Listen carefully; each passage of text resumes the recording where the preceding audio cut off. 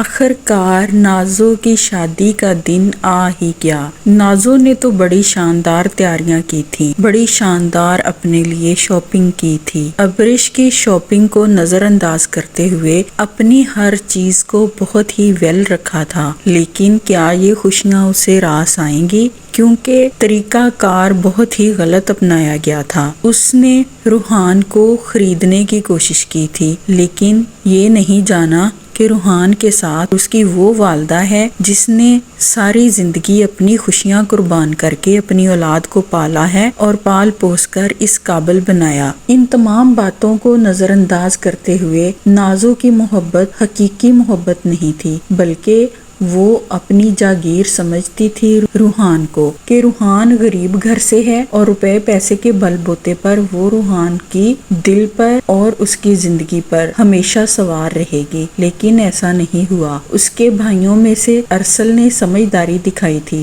اس نے اپنے والد کو اور اپنے بڑے بھائی کو کہا تھا کہ اتنے بڑے بڑے تحفے دینے کی ضرورت نہیں ہے، گاڑی اور گھر، یہ روحان کی عزت کو للکارا جائے گا۔ تو ایسا ہی ہوا۔ سٹیج پر جیسے ہی عمر نے گاڑی کا تحفہ اور چابی پیش کی، روحان حیران رہ گیا اور اسے اپنی تذلیل محسوس ہونے لگی۔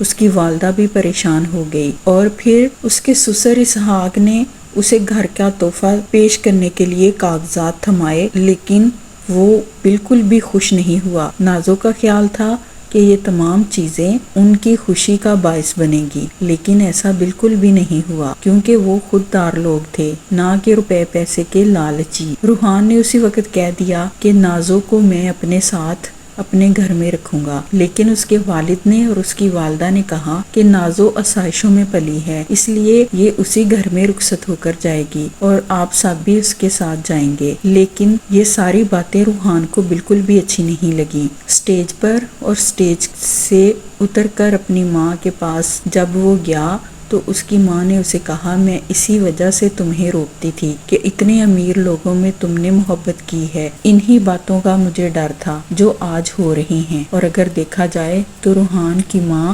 بالکل ٹھیک تھی، لیکن اب وقت بہت نازک تھا۔ اس نے رخصتی کی اجازت مانگی۔ نازو کو رخصت کروا کر روحان اس کو اس کے گھر میں لے گیا جو اسے تحفے میں ملا تھا۔ لیکن ڈرامہ کے پرومو میں جیسا کہ ہم نے دیکھا کہ روحان نازو کو اس گھر میں چھوڑ کر اسے کہتا ہے کہ یہ گھر تمہیں مبارک ہو، اور نازو کے خواب و خیال میں بھی نہیں ہوتا کہ روحان اس کے ساتھ ایسا بھی کر سکتا ہے۔ اس کی سہاگ رات کی خوشیاں غارت ہو گئیں۔ اس نے اپنے گھر والوں کو بھی بتایا اور روحان سے کہنے لگی کہ ابھی اور اسی وقت اسے طلاق چاہیے۔ اب آگے دیکھیں گے روحان اس کے ساتھ کیا کرتا ہے۔ آیا کہ اس کے طلاق مانگنے پر واقعہ ہی نازو کو طلاق دے دی جاتی ہے، یا پھر روحان نازو کے ساتھ رہنا شروع کر دیتا ہے۔